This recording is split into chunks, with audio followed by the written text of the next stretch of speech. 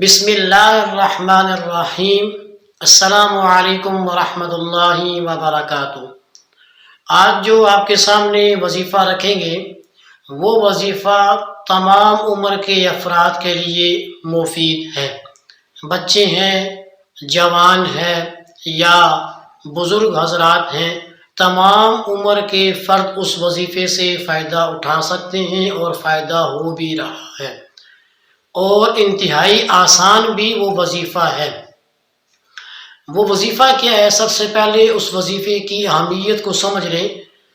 وظیفہ یہ ہے کہ اگر آپ کو بدہضمی کی شکایت ہو جاتی ہے، یعنی بسا اوقات زیادہ کھانے کی وجہ سے بدہضمی ہو جاتی ہے اور آپ کو کھٹی ڈکاریں آتی ہیں، یا آپ کو کھانے کا جی نہیں کرتا، آپ کے معدے پر ہر وقت بوجھ سا بنا رہتا ہے، ایسے آپ کو محسوس ہوتا ہے، بھوک بھی نہیں لگتی، بے چینی بھی ہے، تو یہ جو بدہضمی ہو جاتی ہے، جہاں پر زیادہ کھانے کی وجہ سے بھی ہوتی ہے، وہیں پر اگر بلا وجہ بھوک میں آدمی رہے بلا وجہ، تو اس سے بھی یہ پریشانی آ سکتی ہے کہ جب معدہ خالی ہو اور اس کو کوئی چیز نہیں مل رہی ہوتی تو پھر وہ بات آنتوں تک چلی جاتی ہے اور آنتیں سکڑنا شروع ہو جاتی ہیں جب انہیں خوراک نہیں ملتی،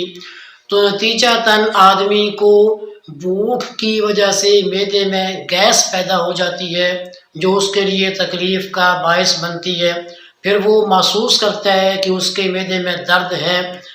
تو اب بدہضمی کی وجہ سے بہت سارے افراد جو ہے وہ طرح طرح کی دوائیاں استعمال کرتے ہیں، طرح طرح کا علاج کرواتے ہیں، مہنگے سے مہنگا بھی علاج ہے، سستے سے سستا بھی ہے، اور علاج کرانا سنت بھی ہے۔ تو ہم نے یہ اس چیز کو سامنے رکھا کہ کیوں نہ قرآن کی کسی آیت کے ساتھ ہم اس بیماری کا بھی علاج کریں۔ قرآن کی کسی آیت کے ساتھ اس بیماری کا علاج کرنے کا مطلب ہے دنیا میں کوئی ایسی بیماری نہیں کہ جس کا علاج اللہ رب العالمین نے دین میں نہ رکھا ہو، بس تلاش کی کمی ہے۔ ہم تلاش کرنا چاہیں تو ہر پریشانی، ہر بیماری کا حل قرآن میں، دین میں موجود ہے۔ تو آئیے سامعین گرامی، ہم چلتے ہیں اپنے وظیفے کی طرف کہ اگر بدہضمی ہو بھی جاتی ہے تو اس کے لیے کیا کیا جائے۔ سورہ بنی اسرائیل کی آیت نمبر 105 میں آپ کے سامنے پڑھوں گا اور اس کے بعد اس کا طریقہ بھی رکھوں گا۔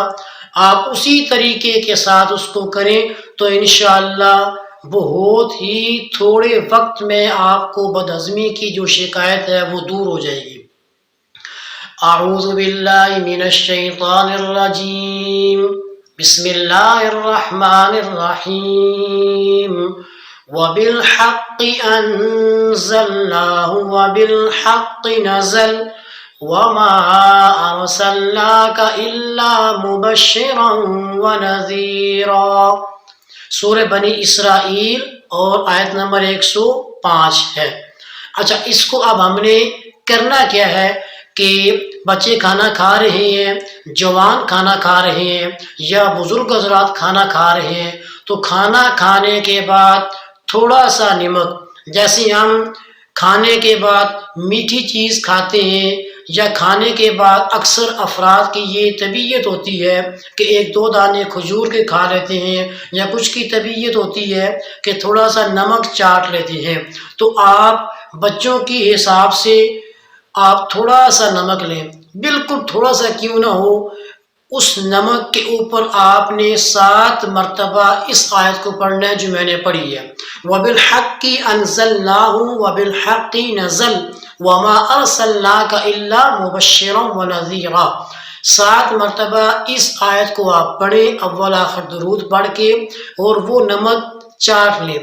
بچہ ہے تو اس کو بھی تھوڑا سا نمک چٹا دیں، آپ خود اس پریشانی میں ہیں تو آپ اس نمک کو چاٹ لیں، بزرگ حضرات ہے تو آپ ان کو یہ نمک چٹوا لیں، تو اس سے فائدہ یہ ہوگا کہ بہت تھوڑے وقت میں یعنی میکسیمم آپ اس چیز کو ذہن میں رکھیں کہ انشاءاللہ 7 دنوں سے پہلے آپ کی جو بدہضمی کی پریشانی ہے، تکلیف ہے، وہ انشاءاللہ یا تو ختم ہو جائے گی یا اس میں بہت زیادہ فرق آپ کو محسوس ہوگا۔ بس یہ خیال ہو کہ زیادہ نمک نہیں، بالکل معمولی سا نمک، تھوڑا سا آپ نے دم کر لیں، لیکن بالکل انتہائی معمولی مقدار آپ نے لے کے وہ چاٹ لینی ہے۔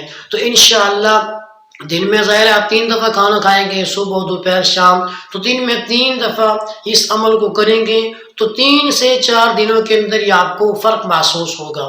تو سامعین گرامی، انتہائی مختصر وظیفہ ہے اور بہت سارے یعنی یوں سمجھے کہ آپ کے خرچے کو بچانے والا وظیفہ ہے کہ ہر دوسرے بندے کو بدہضمی کی شکایت ہے، تو اس وظیفے کو اس فائدے کے پیش نظر آپ کے سامنے رکھا جا رہا ہے کہ اس آسان اور اس مجرب اور اس مستند وظیفے سے فائدہ خود بھی اٹھائیں اور دوسروں کو بھی اس کے متعلق بتائیں تاکہ دوسرے بھی اس سے فائدہ اٹھا کر اپنے آپ کو بڑے اخراجات سے بچا سکیں۔ تو انشاءاللہ پھر کسی نئی ویڈیو کے ساتھ آپ کے سامنے آئیں گے، تب تک کے لیے مجھے اجازت دیجیے۔